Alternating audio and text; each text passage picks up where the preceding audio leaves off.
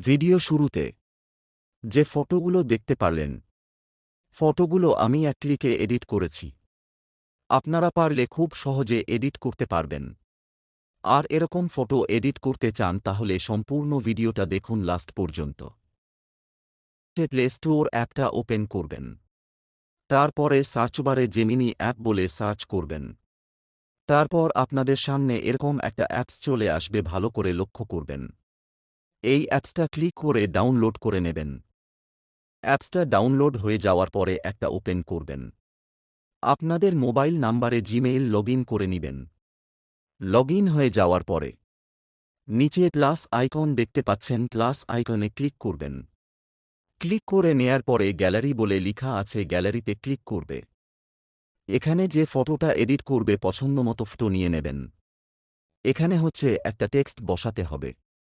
টেক্সটটা video description বক্সে দেয়া থাকবে। এই যে দেখতে পাচ্ছেন, এই টেক্সটটা প্রেস করে দেবেন। তারপরে নিচে কোণে যে একটা অপশন আছে, অপশনটা ক্লিক করে দেবেন। ক্লিক করে দেয়ার পরে কিছুক্ষণ অপেক্ষা করবেন।